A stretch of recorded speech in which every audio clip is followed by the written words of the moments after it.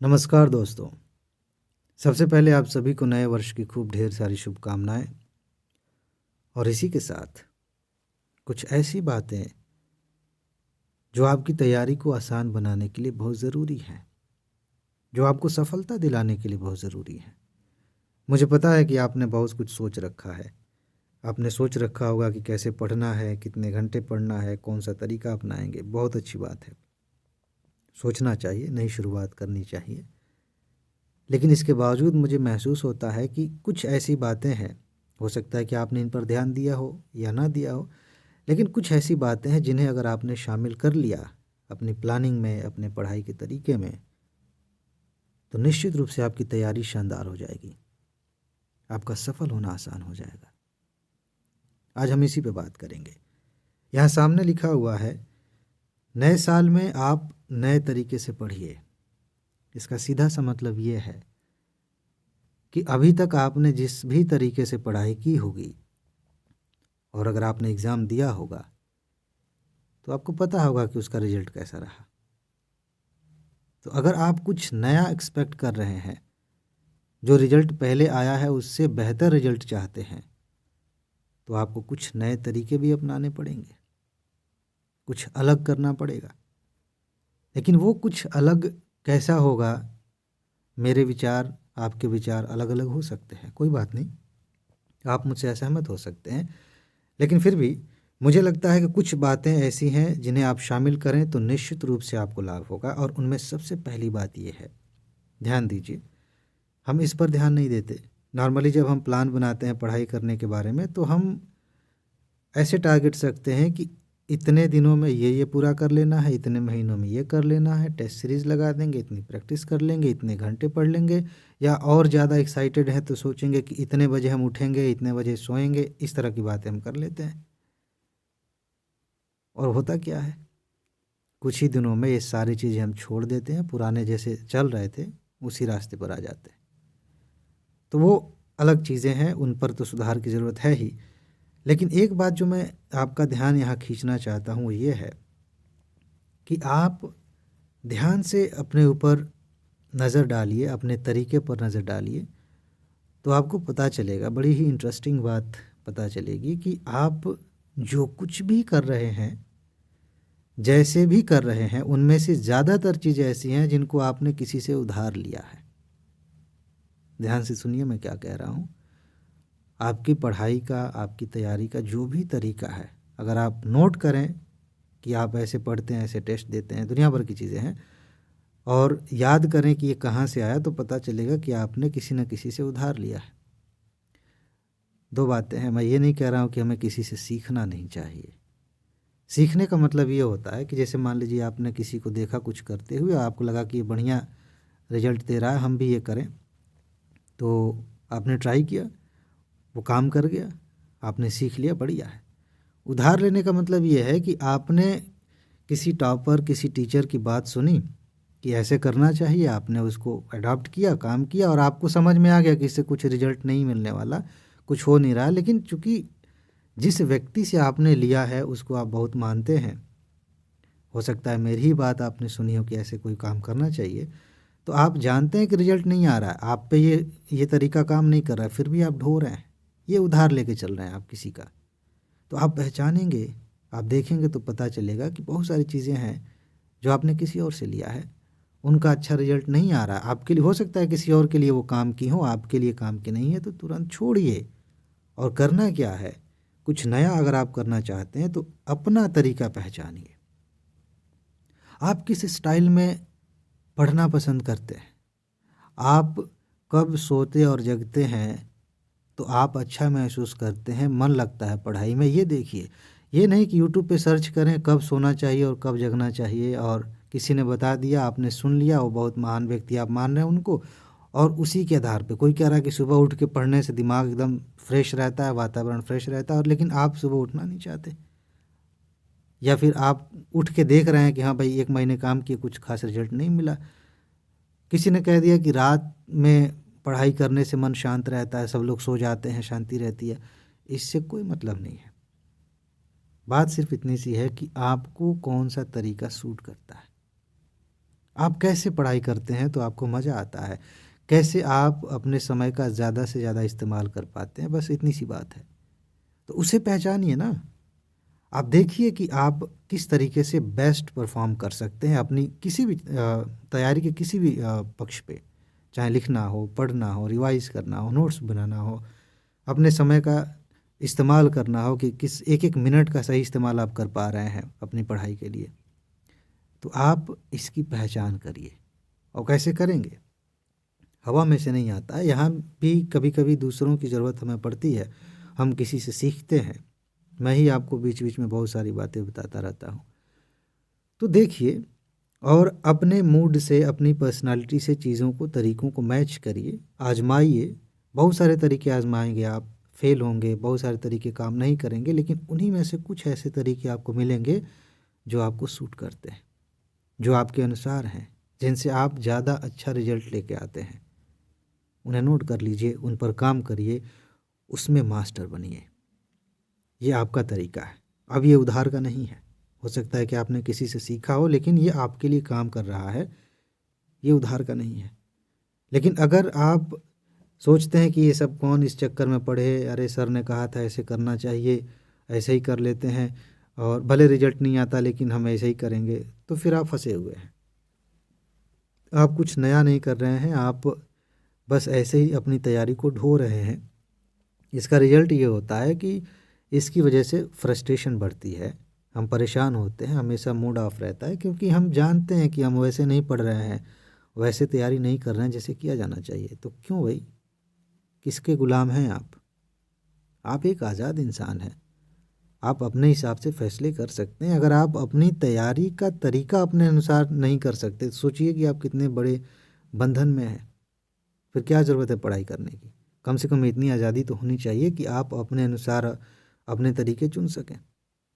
तो ये चीज़ें आप करिए, इस पर ध्यान दीजिए, फिर आप देखेंगे कि आपकी पढ़ाई कितनी अच्छी होती है, आपकी तैयारी कितनी अच्छी होती है, रिजल्ट्स कितने अच्छे आते हैं। दूसरी बात जहाँ आपको ध्यान देना है वो ये है कि आप अपनी गलतियों को नोट करिए ज़रा। कई बार ऐसा होता है, आप इस चीज़ को महसूस करेंगे। अभी हम क्या करते हैं कि एक तरीका हमने अपनाया कि ऐसे पढ़ेंगे, ठीक है, खूब सोचा, बहुत सोचा, पूरा दिन लगाया, बहुत खुश भी हुए कि क्या बात है, मज़ा आ गया, बहुत बढ़िया प्लानिंग किया है, कल से काम करेंगे। काम किए, 2-3 दिन काम किए, थोड़े एक्साइटेड थे, धीरे धीरे थक गए और छोड़ दिए। फिर नया तरीका, उस पर काम किए, उसको छोड़ दिए, फिर नया तरीका, उस पर काम। ऐसे करते करते आप पाएंगे कि कुछ दिनों बाद, कभी 1 महीने बाद, कभी 1.5 महीने बाद, कभी 15 दिनों बाद, पहले वाला तरीका फिर वापस दिमाग में आया कि ऐसे करते हैं, ऐसे करते हैं। तो कुछ ही तरीके होते हैं, कुछ ही बातें होती हैं जो एक साइकिल में एक के बाद एक घूम के दिमाग में आती हैं। फिर आप इसको करते हैं, इसको छोड़ के इसको करते हैं, इसको ऐसे करते करते आप उन्हीं के बीच में घूमते रहते हैं। एक बार अगर आपने नोट कर लिया कि ये वाला तरीका मेरे लिए अच्छा नहीं है, मैंने इस पर काम किया है, मुझे पता है कि इससे कुछ खास रिजल्ट नहीं आता, बहुत टाइम ख़राब होता है, तो इसे नोट करिए और ध्यान रखिए कि दोबारा इसको नहीं करना। इतना समय नहीं है कि एक ही गलती को बार बार दोहराया जाए। एक नई गलती आप कर सकते हैं, नया तरीका आजमा के देख सकते हैं कि ये काम कर रहा है कि नहीं, लेकिन जिसको आपने जांच परख लिया कि भाई ये बकवास है, इसमें टाइम ख़राब हो रहा है, उसको फिर से रिपीट करने का कोई मतलब नहीं है। और ये तभी होगा जब आप इसे नोट करेंगे, और नए तरीके भी तभी आएंगे जब आप इन तरीकों को नोट कर लेंगे कि ये काम नहीं करते। एक कहीं मैंने पढ़ा या सुना है एडिसन के बारे में कि किसी ने उनसे कहा था कि आप 1000 बार फेल हो गए बल्ब बनाने में। तो उन्होंने कहा था कि 1000 में मतलब इतनी बार मैं फेल नहीं हुआ, मैंने जाना कि 1000 तरीके काम नहीं करते। तो इसी तरह की बात यह है कि आपने जाना कि ये तरीका काम नहीं करता, ये नहीं करता, ये नहीं करता। आप नई नई चीज़ें सीखेंगे, नए तरीके खोजेंगे, उसी में आपकी तैयारी बेहतर होगी। लेकिन कुछ ही चीज़ों में फंसे रहना, बार बार उन्हें रिपीट करना, एक ऐसे दुष्चक्र में फंस जाना जिससे आप बाहर नहीं निकल पा रहे हैं और आपकी पढ़ाई चौपट हुए जा रही है, साल दर साल बीते जा रहे हैं, रिजल्ट आए जा रहे हैं, फेल होए जा रहे हैं, क्या मतलब है इसका? तो आप नए तरीके आजमाइए, लेकिन पुरानी गलतियां रिपीट मत करिए। और वो तभी होगा जब आप उन्हें नोट करेंगे। एक छोटी सी डायरी रखिए और उस पर नोट करिए कि मैं इस तरह से आंसर राइटिंग करता हूँ तो या करती हूँ तो ज़्यादा अच्छे रिजल्ट्स आते हैं। मैं इतने बजे उठता हूँ या उठती हूँ तो इतना बढ़िया रिजल्ट आता है। ये तरीका मैंने अपनाया था, ये उतना काम नहीं करता, ये इसमें मेरा टाइम ख़राब होता है, मूड ख़राब होता है, इसको हम अब छोड़ रहे हैं। ऐसे आप नोट करेंगे तो आपको पता चल जाएगा कि आप किन चीज़ों में फंसते हैं बार बार, उनसे बाहर निकलने का रास्ता मिल जाएगा, नए तरीके आएंगे दिमाग में, आप ज़्यादा तेज़ी से ग्रो करेंगे, ज़्यादा अच्छी तैयारी होगी। इसके बाद तीसरी बात हम कर लेते हैं, अपनी उपलब्धियों को सेलिब्रेट हम नहीं करते। यहाँ उपलब्धियों से मेरा मतलब है बहुत सारी चीज़ें हैं, लेकिन चूंकि तैयारी की बात हो रही है तो तैयारी में ही आपने ऐसा महसूस किया होगा कि आपने किसी दिन टारगेट रखा कि मुझे इतना काम करना चाहिए। चलिए उसको हम पॉइंट्स में ऐसे एक ये बना लेते हैं ग्राफ जैसा। आपने सोचा कि इतना मुझे, मान लेते हैं कि एक टैंक है, काम का टैंक है, ये मुझे भरना है, ठीक है। लेकिन आप शाम तक इतना काम कर पाए, ठीक है, 10 काम आपने लिए थे, 8 कर पाए, तो इस बात पे हम दुखी हो जाते हैं कि यार 8 ही काम कर पाए, ये काम छूट गया।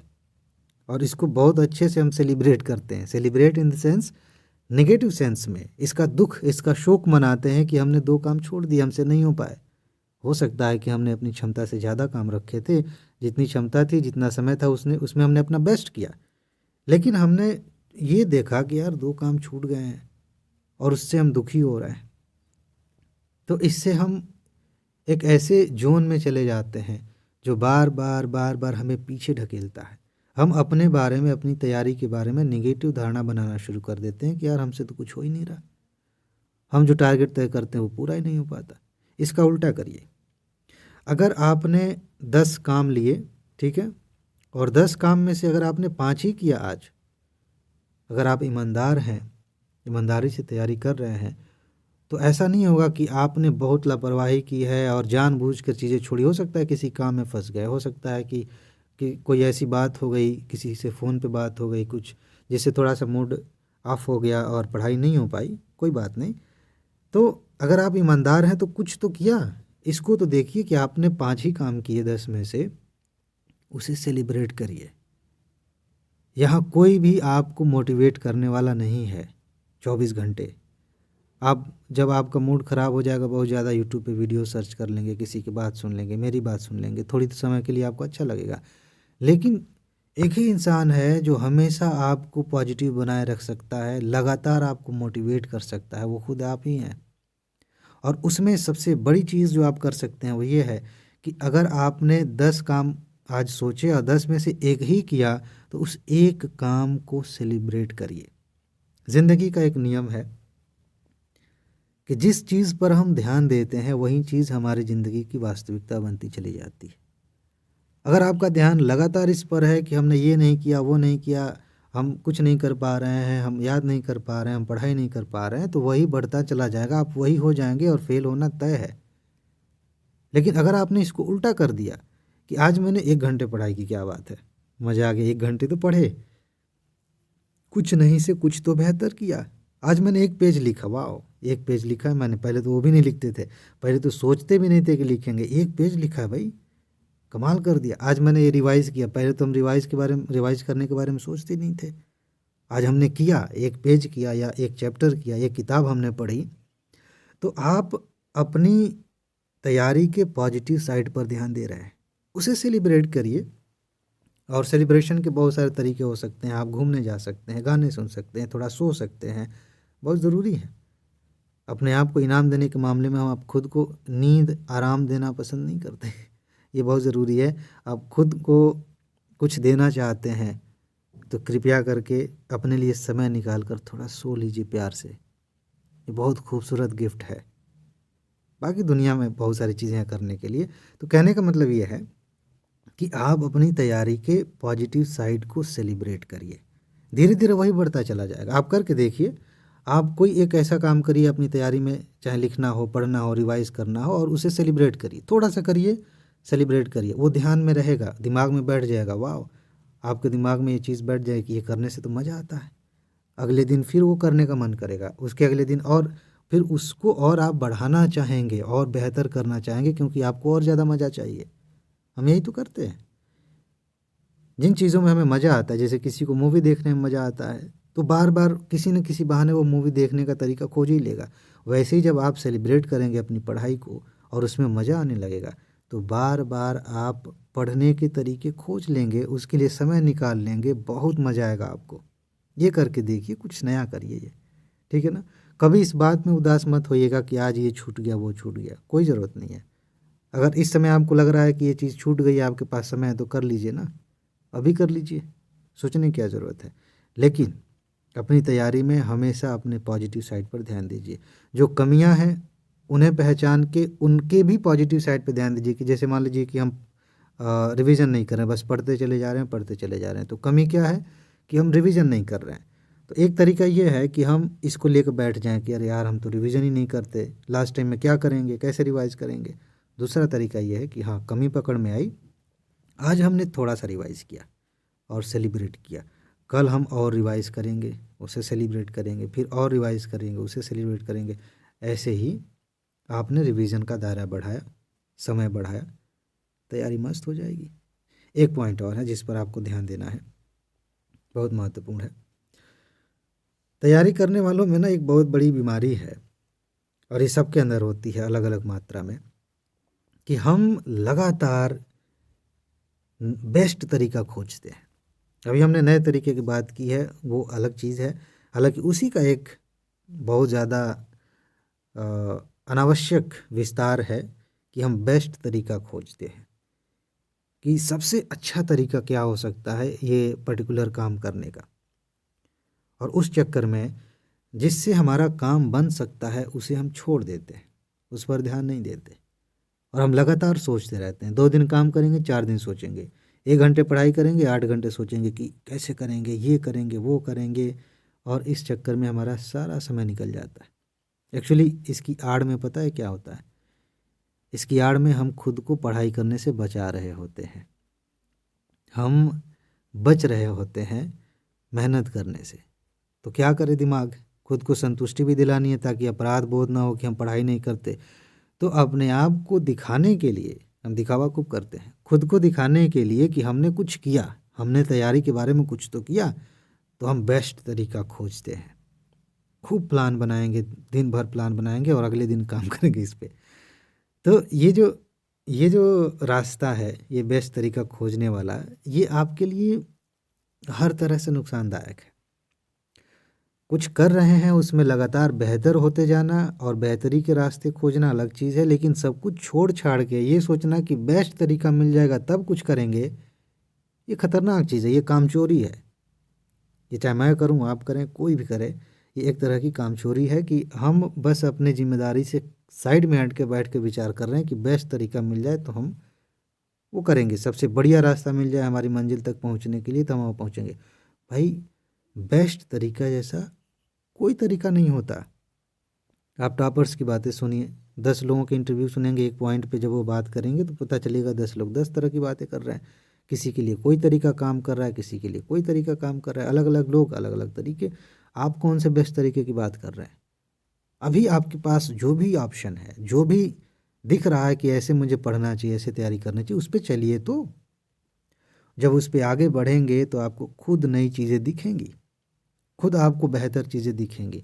बैठ कर ये सोचना कि सबसे बढ़िया टाइम टेबल बन जाएगा तब हम काम करेंगे, आज तक आपने बनाया तो है, क्या हो गया? बनाया नहीं है आपने, याद करिए थोड़ा।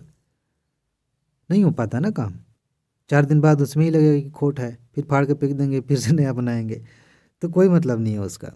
अभी आपके पास जो भी है, जो रास्ता दिख रहा है, बस उस पर काम करिए।